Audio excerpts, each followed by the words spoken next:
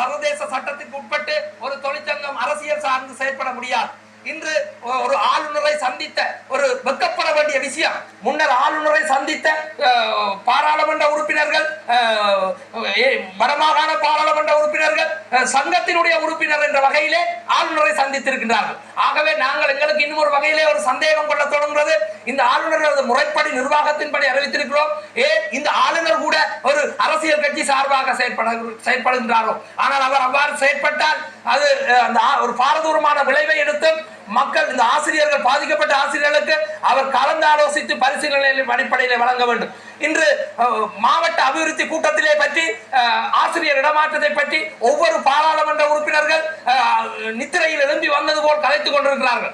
ஆனால் இன்று ஆசிரியர்களோடு அவர்களோடு ஒட்டி உறவாடி கொண்டு அவர்களுடைய பிரச்சனைக்கு தோள் கொடுத்து கொண்டிருக்கின்ற ஆசிரியர் சங்கங்களோடு எந்த விதமான கதைகளையும் கதைக்காமல் அவர்கள் அடுத்த தேர்தலுக்கு தங்களை பலப்படுத்துவதற்காக பேச்சளவிலே மேடையிலே முழங்கிக் கொண்டிருக்கிறார்கள். ஆனால் இங்கே ஆசிரியர்கள் ஒரு சமூகத்தை கட்டமைக்கின்ற எதிர்கால சிற்பிகளை உருவாக்குகின்ற ஆசிரியர்கள் வீதியிலே அவலப்பட்டுக் கொண்டு போராடி கொண்டிருக்கிறார்கள். இவர்களுக்கு ஒரு நீதி கிடைக்கும் வரை நாங்கள் அடுத்தடுத்தாக எங்களுடைய போராட்டத்தை வடமாகாண ரீதியாகவும் தேசிய ரீதியாகவும் விஸ்திரப்படுத்த இருக்கின்றோம். நாம் இறுதியாக இந்த இடமாற்றத்தை, அதாவது வருடாந்த இடமாற்றத்திலே மடு பிரதேசம் செய்தவர்களுக்கு சிலருக்கு தீவகம் போடப்பட்டிருக்கின்றது, துணுக்காய் பிரதேசம் செய்தவருக்கு சிலருக்கு வடமராட்சி கிழக்கு போடப்பட்டிருக்கிறது.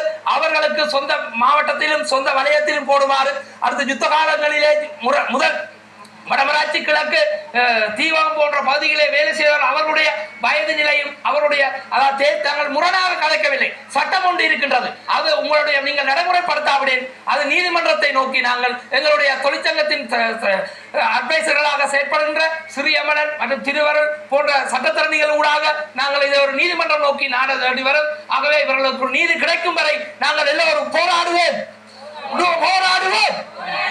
நீதி கிடைக்கும் வரை போராடுவோம், நீதி கிடைக்கும் வரை போராடுவோம்.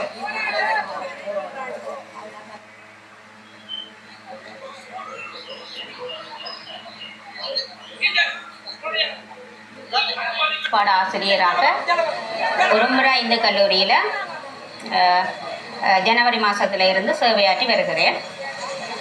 எனது முதல் நியமனம் 2011 கிழக்கு மாகாணத்தில் திருகோணமலை என்கின்ற மாவட்டத்தில் ஈச்சிலம்பட்டு கோட்டத்தில் இருக்கின்ற பெருகல் என்கின்ற இடத்துல அதிகஷ்ட பிரதேசமாகிய மூது துவாரகா வித்தியாலயத்தில் 5 வருடங்கள் சேவையாற்றி வந்தேன்.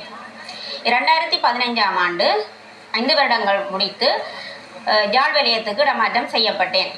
அங்கிருந்து வர முடிய